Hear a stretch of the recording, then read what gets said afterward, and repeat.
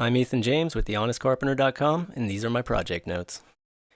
In this video, I'm going to walk you through a project I just did recently where I installed custom Craftsman window casings for clients who had just had a new window installed. This is the new window here. As you can see, it's two double hung windows joined together, and they already had a mullion trim piece in place. Normally I would have to install this on Craftsman trim, but this unit came conjoined, so that helped out. So first thing I did with the new window is, one, make sure I don't break the window. Anytime you're using a tool belt, and I recommend every DIYer should have a tool belt, you should always be careful with your hammer, especially when you're around the window, because you're going to have a lot more problems on your hands if you smash a brand new window when you're doing something like this. So just be careful. That's something I'm mindful of when I'm working. Also, spray foam insulation had been installed, and you got to get all this stuff out of the way. It just gunks up the assembly. So I just cut that with the utility knife, and you can break it off in these big chunks. I just let it fall to the floor and sweep it up. Here I'm doing the right jamb, and when I had that cleaned up, the first thing I had to address was this uneven wall depth. And you see this a lot, particularly in older homes.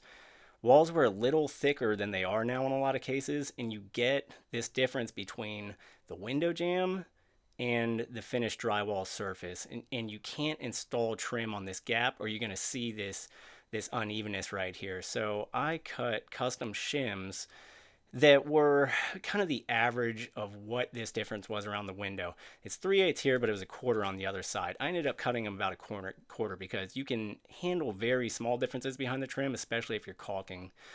So I set up my table saw for a 1/4 inch rip and ran pre-prime pine, which is a finger joint wood. It's actually very cheap. I like it a lot for any installation that's going to get painted because it's already primed.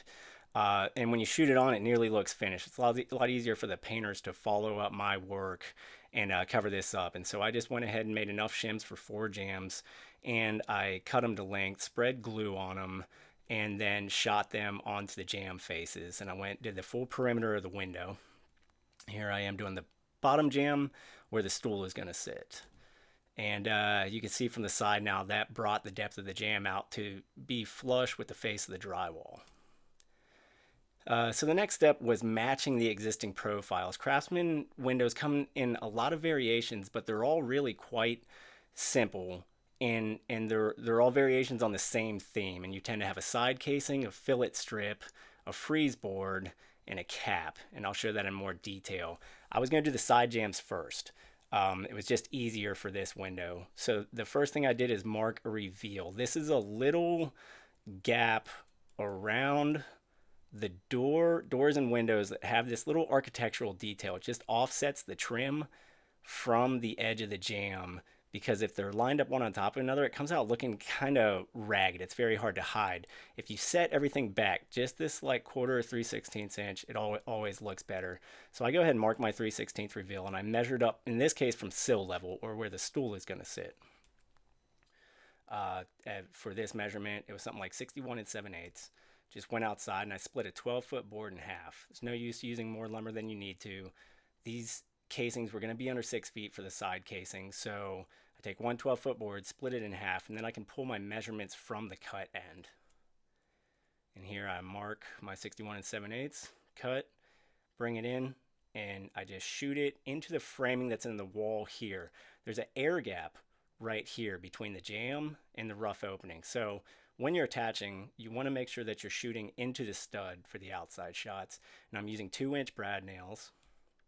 And then I use shorter brad nails, probably like, I think I switched to 1 1/4 to pin through the casing into the jamb itself. You want to be careful, because if you use long brads, they can spring out of the side in like curls and either catch you in the finger or just damage the jamb. So I tend to pin pointing kind of back inwards a little bit and trust that it's catching the inner edge of the jamb. And this is the head casing that I kind of showed. This is a further out detail. This is actually an end shot, but you can see how the assembly works. Cap, freeze board, fillet strip, and the fillet strip sits right down on the side casing. And there it is, match existing profiles. And notice that there's a little round over on the underside of this cap. I was going to have to put that on too. So with the 2 side casings on, I just pull a measurement from edge to edge, and I sight right down the blade And there you can see I was dealing with something like 75 and 7/8. And that is the fillet strip measurement, but it's also going to set up the entire casing measurement. Fillet strip is going to be 1 inch bigger than that. The freeze board is going to be the exact same size, and then the cap is also going to be 1 inch bigger to create those overhangs that you saw on the profile. So fillet strip actually was a little too wide when I bought it, 1.5. I'd rip it down to 1 1/8, and to cut it, I use a little backer piece.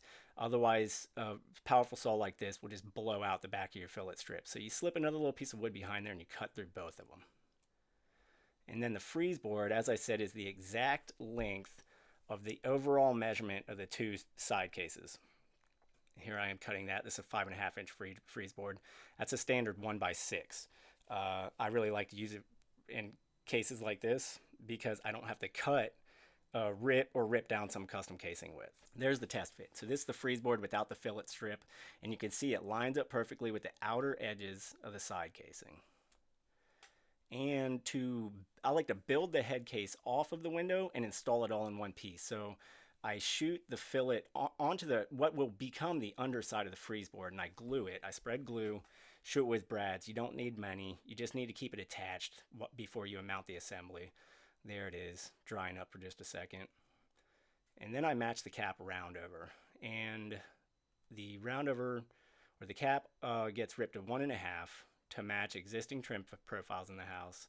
And then I route a 1/4 inch edge with what you call a coping bit or a round over bit that has this 1/4 inch curve profile. And you do the full perimeter of the piece after you've cut it. Bring that inside, glue and shoot that onto the freeze board with the round over pointing down because you want to see it from ground level. So there's the full assembly. And then when it's ready, I just take it, set it on top of the side casings, shoot through the face with 2-inch brad nails and hit framing the header above the window. And you notice it's basically sitting right down on that mullion piece that came between the two windows.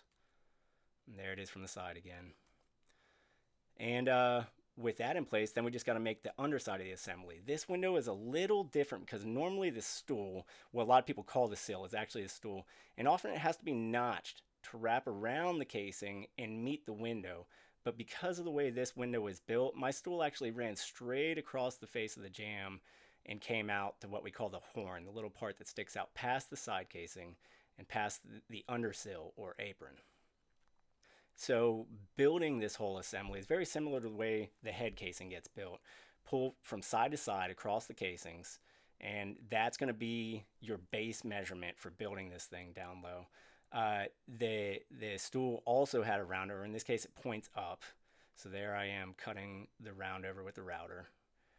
And like I said, you want to run it 1 inch long to create this horn, the stool horn. Sometimes it's even bigger. It can project like a full inch on both sides, but I was matching what existed in the house. And I'm shooting it on to the apron, which is a lot like the freeze board. It was just a little narrower. It was only 3.5. And it's on the underside as opposed to the top side of like a fillet strip. And just shooting it on. Brads and glue, it doesn't take much, maybe 6 brads across a 6-foot run, and then the glue will dry up and hold it in place over time. And then same thing, hold it up to the underside of the casing, shoot through the face of the apron, and you want to make sure you're catching framing. So I eyeball this space in here before I put it on to see how far down the framing extends, because sometimes the window will be sitting on little blocks or something like that to get it propped up and centered in the rough opening. And there is the finished stool and apron assembly. Comes up, meets the side casing. I went ahead and caulked to prep for the painters. I don't always do that on projects, but I was doing it on this one. And that's kind of the full assembly from the side. Head case, side jamb, a little bit of the stool down there. Project finished, and client was happy. This really only took about 2 hours. I was only doing this one window because they recently had it installed. And that's it. That's how you do a custom Craftsman window casing. Like I said, they can become pretty ornate, but they all revolve around this same design. Cap, freeze board, fillet, your side casings, and in some cases a mullion to join 2 windows.